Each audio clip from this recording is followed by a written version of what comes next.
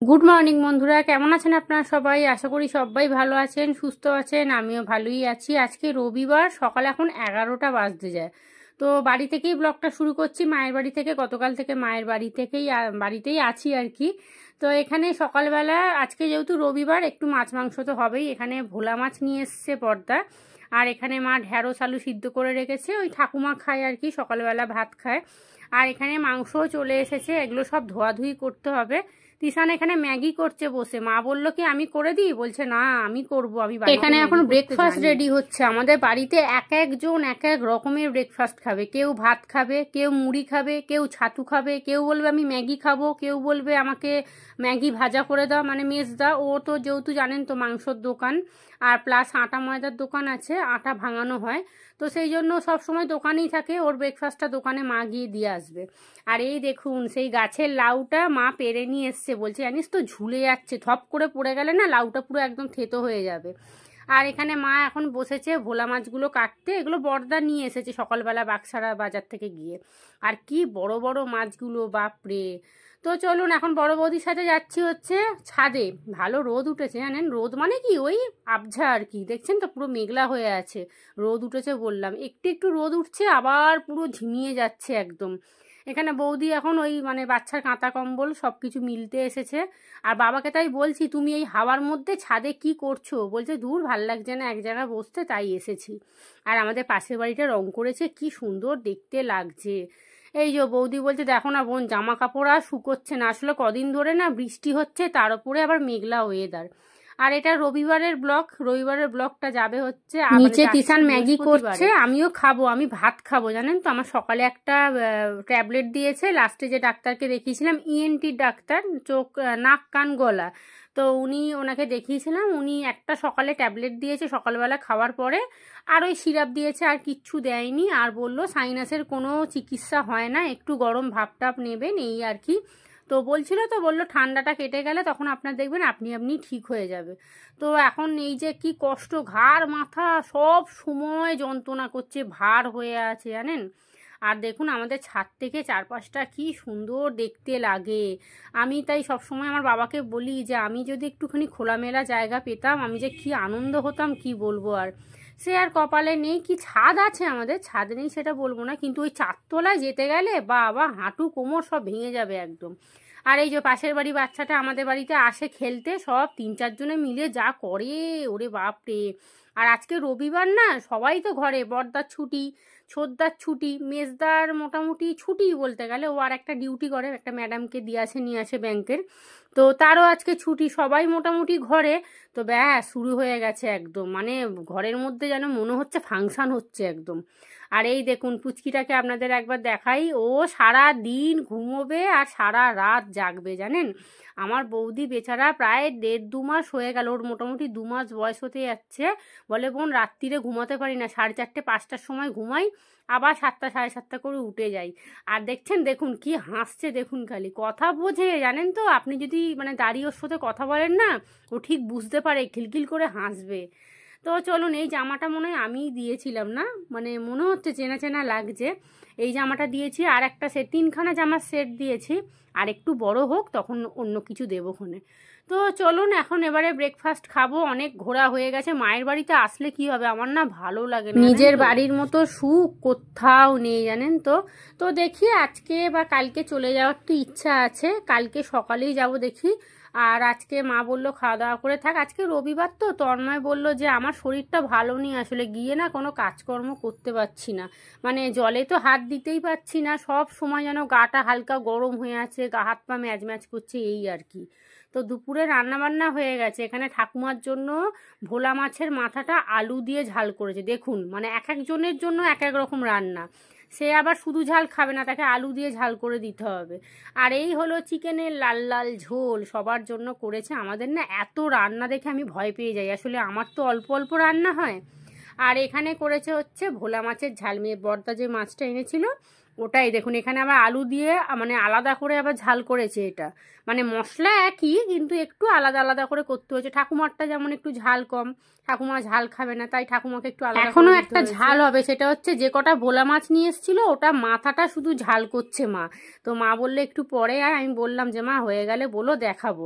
এখন প্রায় 1:30টা বাজতে যায়। এখানে আমাদের স্নান টান হয়ে গেছে, ওই যে আমার বড় বৌদি গেছে স্নান করতে, তাই আমরা এখানে একটু বসে আছি। এ জেগে আছে জানেন তো, খেলছে শুয়ে শুয়ে। তবে সব সময় জানেন ওই একটু করে ঘুমোবে আবার জেগে পড়বে।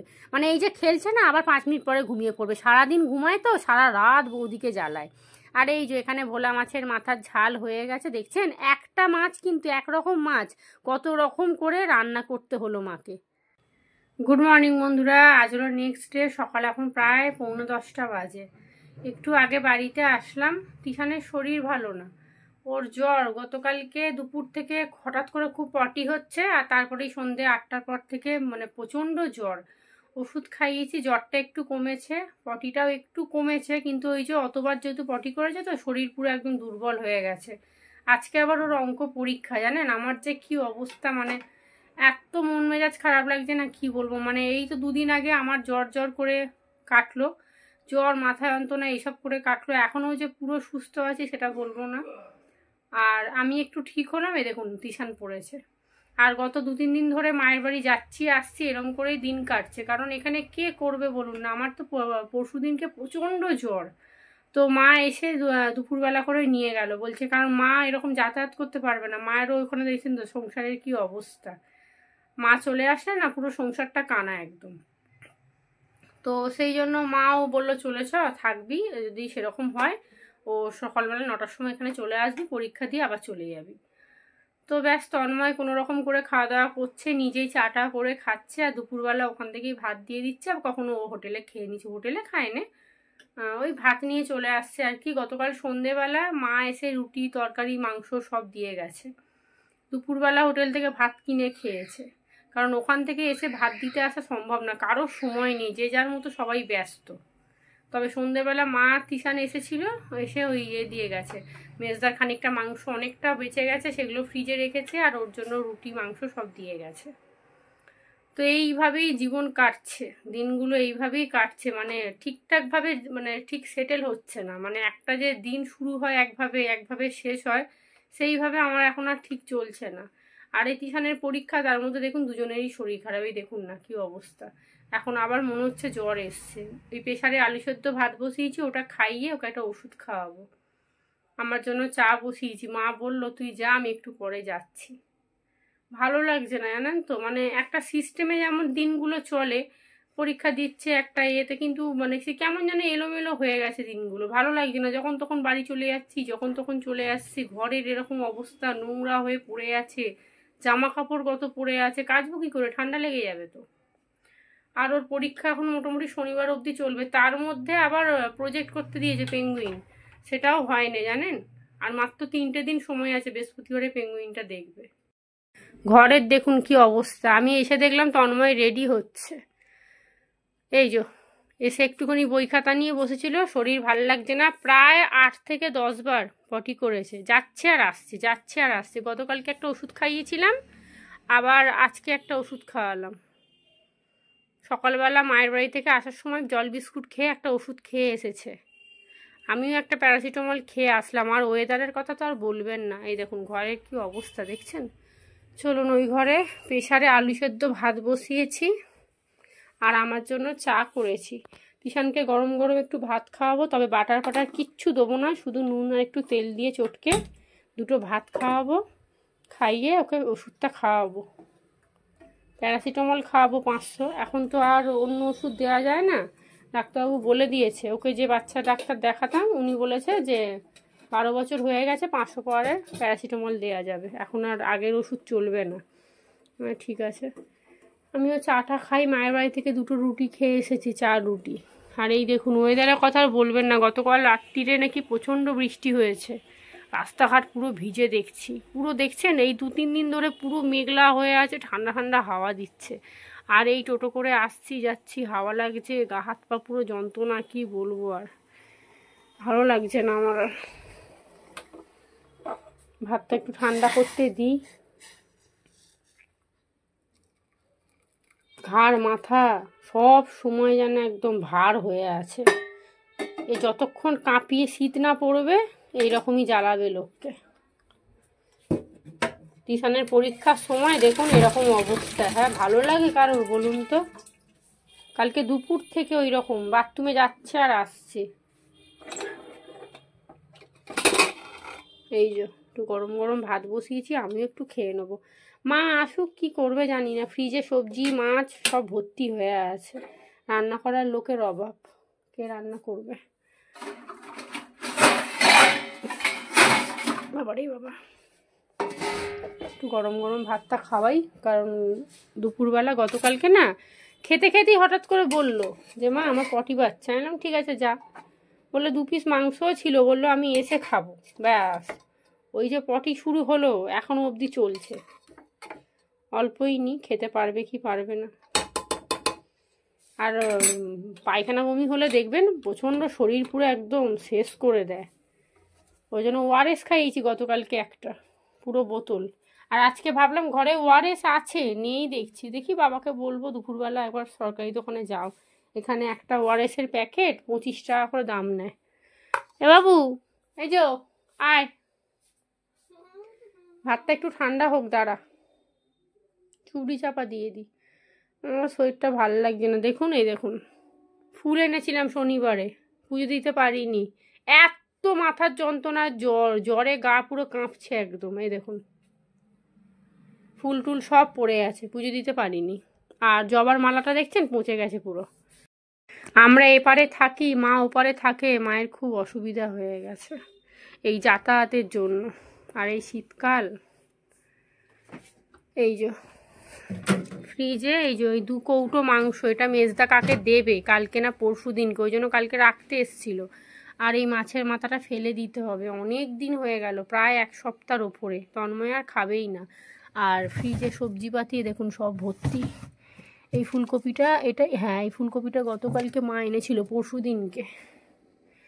চলুন, আর ভাল লাগছে না। আর সেই আমুদি মাছ, এগুলো সব ফেলে দিতে হবে। ভাত খাইয়ে দিয়েছি, এখানটা একটু পরিষ্কার করলাম, গোছালাম।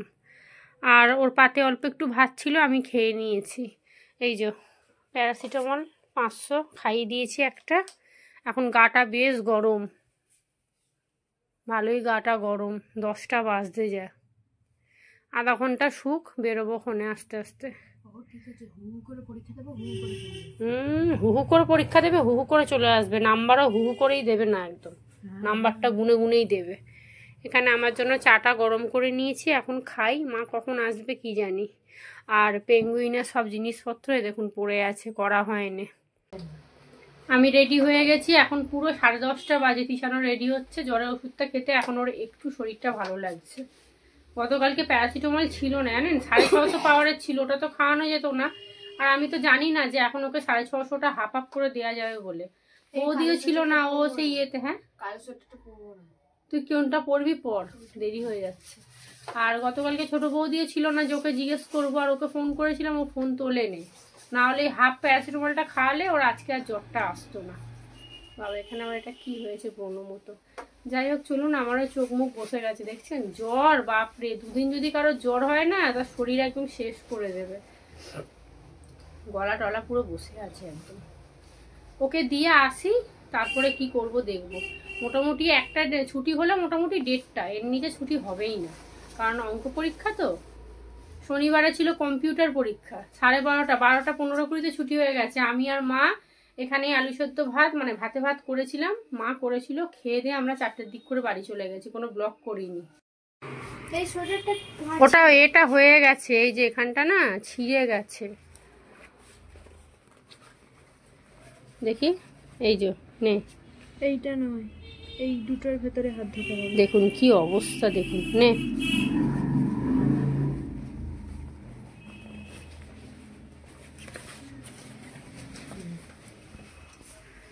ছিঁড়ে গেছে ভিতরটা।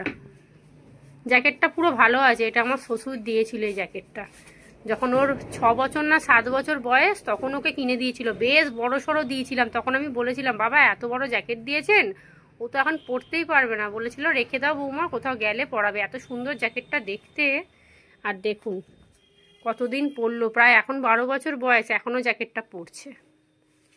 আর এই জামা কাপড় দেখি তন্ময় যদি 2-1টা গেঞ্জি ভেজাতে পারি ভিজিয়ে দেবো, এখনই ভিজিয়ে গেলে ভালো হতো, এসেই ধুয়ে দিতাম। চ না রে চ, ঠিক আছে তুই এখন চ, আর ভাল লাগছে না। এই জ্যাকেটটা আবার একটু বড় হয়।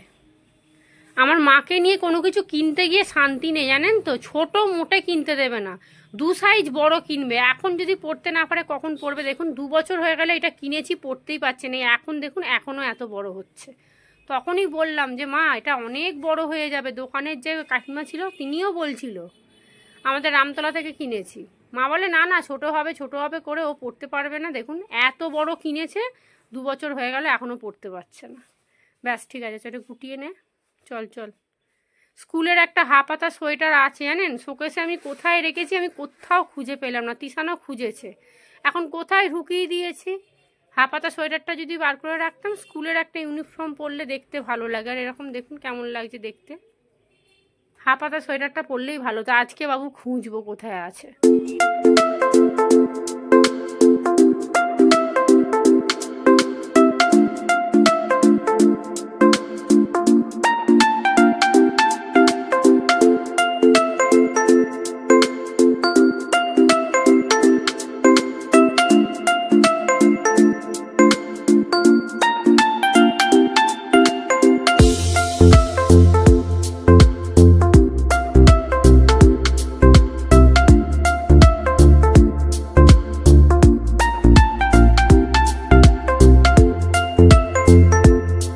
এখন বাজে 11:30। তিশানকে স্কুলে দিয়ে চলে এসেছি, ওর শরীরটা এখন একটু ভালো আছে।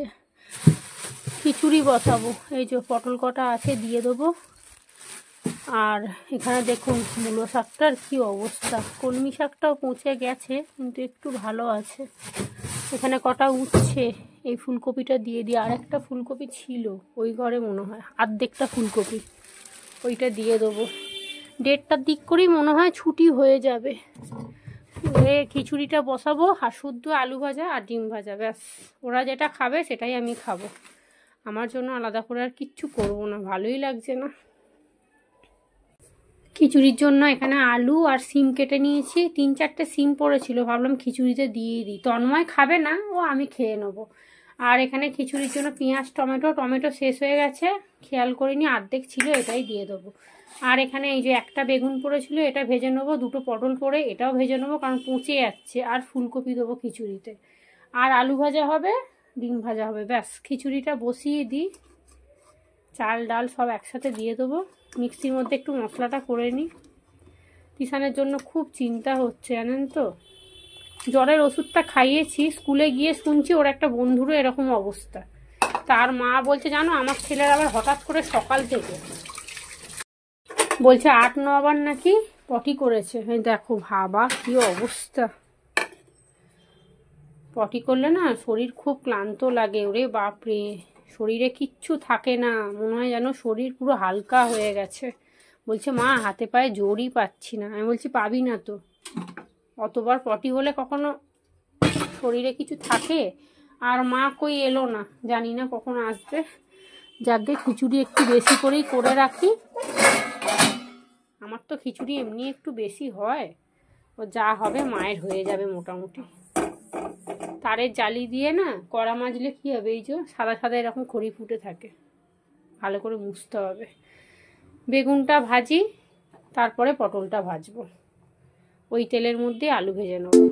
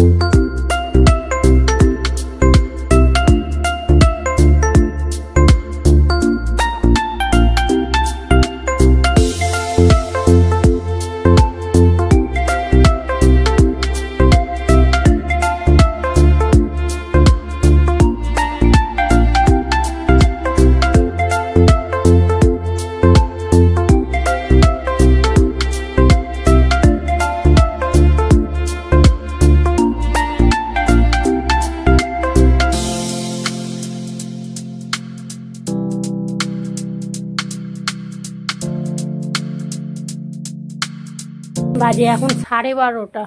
খিচুড়ি হয়ে গেছে, আলু ভাজাও বসিয়ে দিয়েছি। খালি ভাবছি ছেলেটা কি করছে কি জানি। বলেছি যে খুব শরীর খারাপ লাগলে স্যারকে বলবি, বাইরে এসে আমাকে ফোন করবি, আমি সঙ্গে সঙ্গে টোটো করে চলে যাব।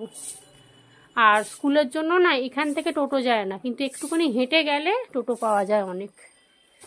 খিচুড়ি করে নিয়েছি, ডিম তো এখন ভাজবো না। আমারও তো মাথার যন্ত্রণা ছিঁড়ে যাচ্ছে জানেন, চোখ কপাল কি হয়েছে কি জানি। এত ডাক্তার দেখাচ্ছি, সবাই একই কথাই বলছে ঠান্ডা থেকে। ঠান্ডা থেকেও এত ওষুধ দিচ্ছে, খাচ্ছি, 2 দিন খাই, কমে, তারপরে আবার শুরু হয়ে যায়। ধুর, 1000 টাকা ডাক্তারখানায় চলে যাচ্ছে। ভালো ভালো ডাক্তার দেখালাম এই লাস্টের দিকে জানেন। মা বললো আসবে, কই আসেনি তো। মা আর আসবে কি করে, আজকে বড় বৌদি ওর ছেলেকে ইঞ্জেকশন দিতে নিয়ে যাবে। ছোট বৌদি স্কুলে বসে আছে, ওর ছেলেকে নিয়ে একেবারে তারপরে যাবে। বাড়িতে পুরো ফাঁকা, কে কাজ বাজ রান্না বান্না কে করবে। বাইরে পুরো অন্ধকার দেখছেন, বৃষ্টি হচ্ছে। আলু ভাজাটা হয়ে গেলে হয়ে যাবে, গরম জল করে স্নান করব, খালি চুল আর চুল। খিচুড়ি এখানে হয়ে গেছে। এই দেখুন ফুলকপিগুলো সব গোটা গোটাই আছে। আগে না ফুলকপি না ভেঙে যেত, মানে বেশি সিদ্ধ হয়ে যেত, ওই জন্য এখন কি করি নামাবার আগে আগে দিই। ব্যাস নাবিয়ে দেবো, এবারে বন্ধ করে দেবো গ্যাস, নাবিয়ে দেবো না। আর এই দেখুন এখানে বসিয়ে দিয়ে ঘরটা ঝাঁট দিচ্ছিলাম, গলে গেছে। আর আলু ভাজা না আমি অল্পই করলাম, কারণ তিশান তো মনে হচ্ছে খাবে না, ওকে খিচুড়ি টিচুড়ি দেবো না। ওর জন্য আলু সেদ্ধ ভাত আছে, ওটাই মেখে খাইয়ে দেবো। একটু ভাজা মশলা, একটুখানি মিষ্টি আর ধনে পাতা অল্প করে দিয়েছি। ঘরটা আগে মুছে নিই, তারপরে বাসনগুলো মাজবো। তিশানদের না ছুটি হয়ে গেছে। তিশানের এক বন্ধুর মা ফোন করলো, বলছে সুপ্রিয়া এই বেরোচ্ছে।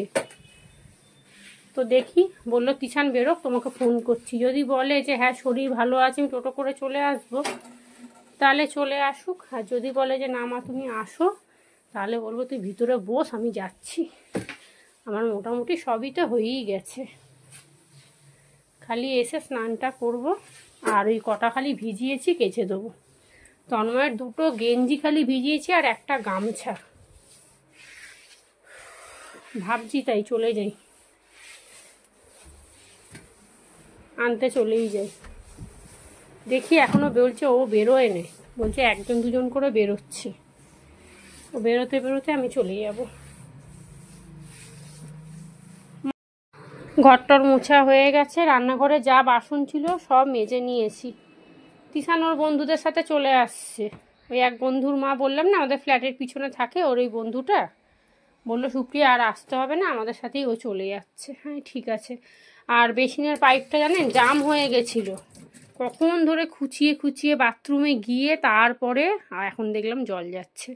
যা বাসন ছিল সব মেজে নিয়েছি, এখন আর গ্যাস ট্যাস মুছবো না, স্নান করতে যাবো।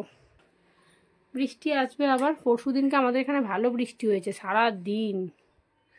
চলুন যাই। আর এটার মধ্যে একটু কেনা জল আছে, কিষানকে এলে একটু ORS গুলে দেবো। ও কী খাবে জানি না, রান্নাবান্না সবই হয়ে গেছে। ডিমটা তন্ময় আসলে গরম গরম ভেজে দেবো। মা তো আর কই আসলোই না। চলুন ভিডিওটা এখানেই শেষ করব। সেই গতকাল থেকে শুরু হয়েছে, মন শরীর কোনোটাই ভালো নেই।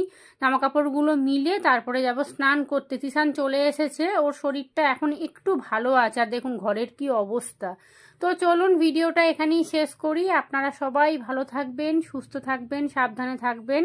আমার যারা ব্লগ দেখছেন চ্যানেলটা প্লিজ সাবস্ক্রাইব করে দেবেন, আর কমেন্ট করে জানাবেন ব্লগ কেমন হচ্ছে। আর কি করব বলুন, যখনই একটা করে চ্যানেল খুলছি তখনই আমার ভিডিও দেওয়া বন্ধ হয়ে যাচ্ছে। কোনো কিছু না কিছু নিয়ে দেখছি একটা ঘরে প্রবলেম সৃষ্টি হয়ে যাচ্ছে। তো যাই হোক, আজকের মতো সবাইকে টাটা।